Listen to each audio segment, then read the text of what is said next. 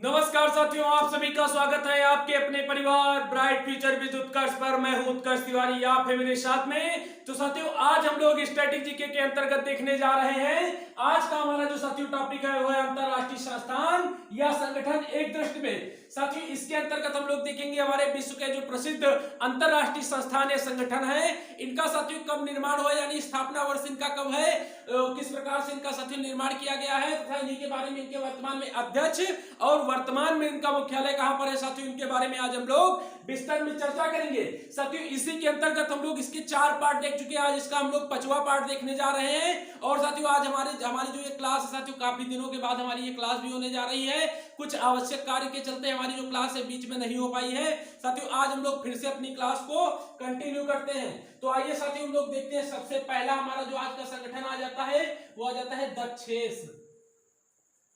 कौन सा आ जाता है साथियों? दक्षेस। जी साथियों, सार्क के नाम से भी जाना जाता है। SAARC, SAARC। अगर हम लोग साथियों सार्क की फुल फॉर्म की बात करते हैं तो इसका फुल फॉर्म हो जाता है south Asian association of regional cooperation. तो साथियों, इसके बारे में अगर हम लोग इसके फुल फॉर्म की बात करेंगे तो इसका फुल फॉर्म हो जाता है साउथ एशियन एसोसिएशन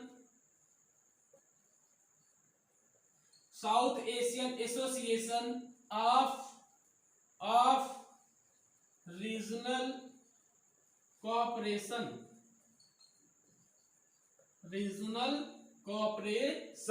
साथियों, इसका क्या फुल फॉर्म हो जाता है? इसका फुल फॉर्म हो जाता है south Asian association regional cooperation.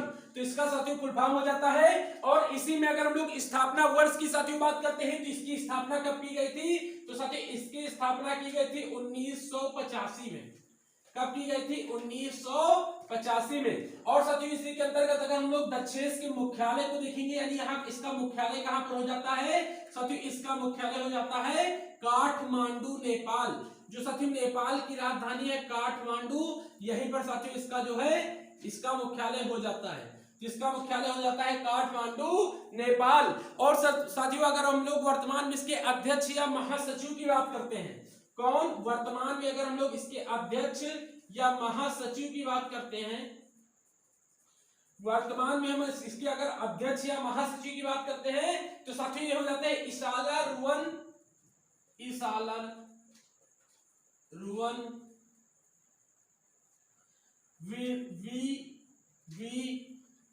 वीरालुन।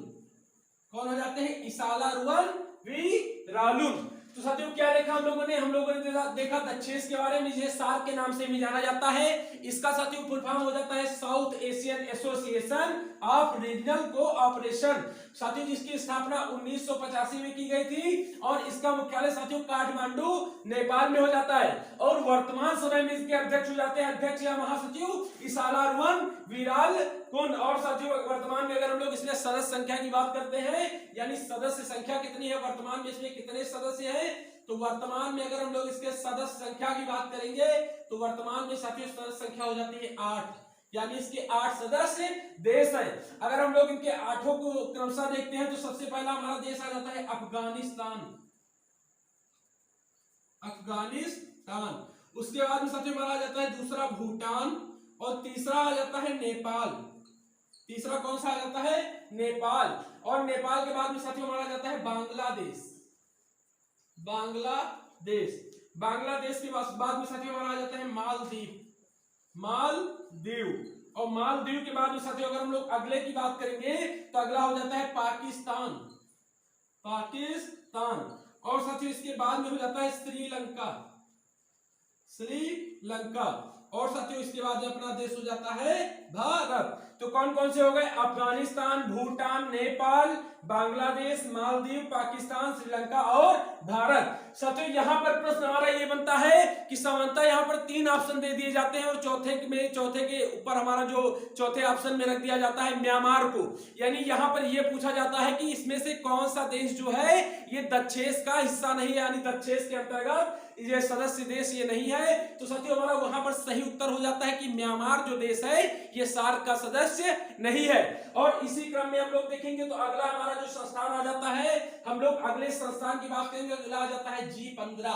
जिसे G50 के नाम से भी साथियों जानते हैं, 15 के नाम से भी जानते हैं। तो अगला हमारा आ जाता है G15। अगला साथियों हमारा हो जाता है G15।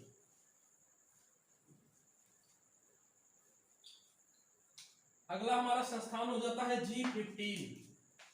कौन सा हो जाता है? G15 यानी G15। अगर साथियों लोग G15 की बात करेंगे तो इसकी स्थापना साथियों 1989 में की गई थी। कब इसकी स्थापना की गई थी? स्थापना साथियों इसकी की गई थी 1989 में। और वर्तमान समय में साथियों इसका मुख्यालय कहां पर है? तो इसका मुख्यालय साथियों हो जाता है जिनेवा, स्विट्जरलैंड।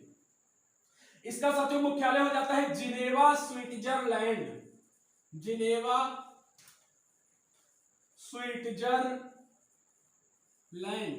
जिनेवा, स्विट्जरलैंड में साथियों इसका मुख्यालय हो जाता है। और इसी में अगर वर्तमान में हम लोग सदस्यों की बात करेंगे, यानी कितने सदस्य देश है G50 में, साथियों नाम से स्पष्ट हो जाता है कि G50 यानी 15 देश इसमें अभी तक थे। लेकिन वर्तमान में साथियों इसमें अगर हम लोग सदस्य देशों की बात करेंगे तो सदस्य देशों की साथियों संख्या हो जाती है 17, यानी इसमें 17 सदस्य देश है। तो सदस्य देशों की अगर हम लोग साथियों बात करेंगे, सदस्य अगर हम लोग देशों की बात करेंगे तो इनकी संख्या हो जाती है 17, यानी 17 इसमें विकासशील देशों का संगठन है। 17 विकासशील देशों का संगठन है। देशों का संगठन है। तो क्या क्या देखा साथियों हम लोगों ने? देखा G15 के बारे में, जिसकी स्थापना साथियों 1989 में की गई थी और इसका मुख्यालय हो जाता है जिनीवा, स्विट्जरलैंड में। और वर्तमान में इसमें सदस्य संख्या जो हो जाती है साथियों ये हो जाती है 17, जो कि 17 विकासशील जो हमारे देश है इन्हीं का एक संगठन है, जिनका संगठन मिलकर के G15 का निर्माण करता है। इसके बाद में हमारा साथियों अगला आ जाता है संस्थान। अगले अगर हम लोग संस्थान की बात करेंगे तो अगला हमारा आ जाता है एपेक। कौन सा आ जाता है? एपेक।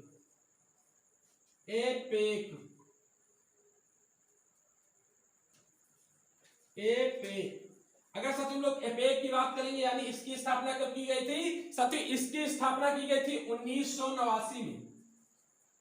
इसकी भी स्थापना साथियों की गई थी 1989 में। और साथियों वर्तमान में इसका मुख्यालय कहां पर हो जाता है? वर्तमान में इसका साथियों मुख्यालय हो जाता है जिनेवा, स्विट्जरलैंड में। Geneva, Switzerland.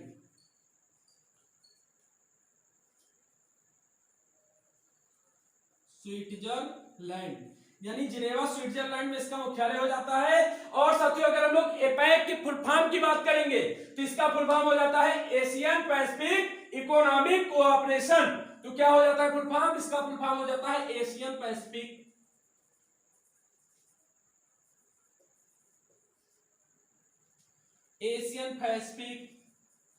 Economic cooperation.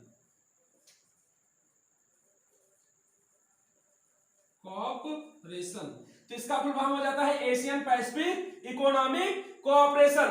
अगर साथियों वर्तमान में हम लोग इसमें सदस्य संख्या की बात करेंगे, यानी वर्तमान में इसमें कितने सदस्य देश हैं, तो वर्तमान में इनकी सदस्य संख्या हो जाती है 21। वर्तमान में इनकी सदस्य संख्या हो जाती है 21, यानी 21 सदस्य इसमें साथियों देश हैं। और अगर हम लोग 21वें सदस्य की बात करेंगे तो ये हो जाता है वियतनाम, यानी 21वां सदस्य कौन सा हो जाता है? 21वां साथियों सदस्य हो जाता है वियतनाम। वियतनाम की अगर हम लोग साथियों राजधानी की बात करेंगे तो इसकी राजधानी हो जाती है हनोई। क्या हो जाती है? वियतनाम की राजधानी हो जाती है हनोई। और इसी में साथियों इसी के अंतर्गत क्या देखा हम लोगों ने देखा एपेक के बारे में, जिसका फुल फॉर्म हो जाता है एशियन पैसिफिक इकोनॉमिक कोऑपरेशन। तो साथियों वर्तमान में इसका जो इसकी स्थापना हुई थी ये साथियों की गई थी 1989 में। और इसका मुख्यालय जो हो जाता है साथियों ये हो जाता है जिनेवा, स्विट्जरलैंड में। और वर्तमान में इसमें सदस्य संख्या हो जाती है साथियों 21 और 21वां सदस्य है वियतनाम। इसी के अंतर्गत साथियों हम लोग देखेंगे अगला हमारा जो संस्थान आ जाता है इसके बारे में हम लोग देखेंगे। तो अगले संस्थान के बारे में हम लोग साथियों आगे देखेंगे। अगला आ जाता है नाफ्टा। कौन सा हो जाता है? नाफ्टा।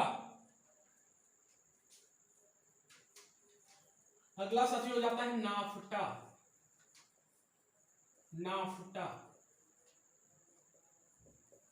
नाफ्टा। साथियों अगर हम लोग नाफ्टा की बात करेंगे यानी इसके फुल फॉर्म की बात करेंगे तो इसका फुल फॉर्म हो जाता है north American free trade agreement. तो क्या हो जाता है नॉर्थ अमेरिकन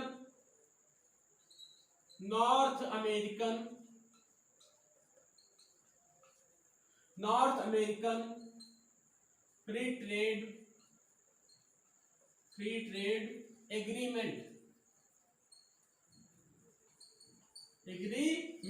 साथियों इसका फुल फॉर्म हो जाता है north American free trade agreement. अगर साथियों हम लोग इसकी स्थापना वर्ष की बात करेंगे यानी इसकी स्थापना नाफ्टा की कब की गई थी, तो नाफ्टा की साथियों स्थापना की गई थी 1992 में। कब की गई थी 1992 में साथियों इसकी स्थापना की गई थी। और वर्तमान में इसके अगर हम लोग इसमें सदस्य संख्या की बात करेंगे तो वर्तमान में नाफ्टा में सदस्य कितने हैं साथियों, सदस्य संख्या हो जाती है 3, यानी नाफ्टा के 3 सदस्य देश हैं। क्रमशः अगर हम लोग 3 को देखेंगे तो हो जाता है अमेरिका, कनाडा और मैक्सिको। तो कौन कौन से हो जाते हैं अमेरिका, कनाडा और मैक्सिको। तो क्या देखा साथियों हम लोगों ने देखा नाफ्टा के बारे में जिसका फुल फॉर्म हो जाता है north American free trade agreement, जिसकी स्थापना साथियों 1992 में की गई थी। और वर्तमान में अगर सदस्य संख्या की बात करेंगे तो इसमें 3 सदस्य देश आ जाते हैं, जिसमें पहला आ जाता है अमेरिका, दूसरा आ जाता है कनाडा और तीसरा आ जाता है मैक्सिको। इसके बाद में साथियों आज का हमारा जो काफी इंपॉर्टेंट और लास्ट हमारा हो जाता है ये हो जाता है संस्थान संयुक्त राष्ट्र मानवाधिकार परिषद। कौन सा हो जाता है संयुक्त राष्ट्र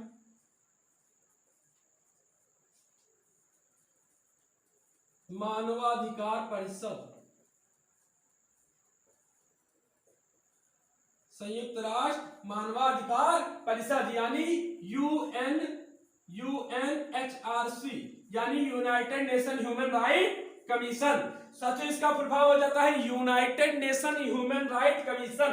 तो क्या हो जाता है United nation human right commission. United nation human right commission साथियों इसका फुल फॉर्म हो जाता है। और अगर हम लोग इसके स्थापना वर्ष की बात करेंगे यानी इसकी स्थापना कब की गई थी तो साथियों इसकी स्थापना 2006 में की गई थी। कब की गई थी इसकी स्थापना साथियों, इसकी स्थापना की गई थी सन 2006 में।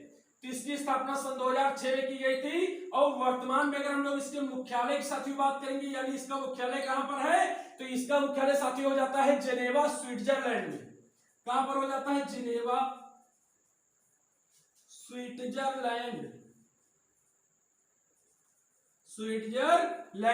जेनेवा स्विट्जरलैंड में इसका मुख्यालय हो जाता है। वर्तमान में अगर हम लोग अध्यक्ष या महासचिव की बात करेंगे, अध्यक्ष या महासचिव की साथियों हम लोग बात करेंगे तो ये हो जाते हैं मिशेल बेचेलेट।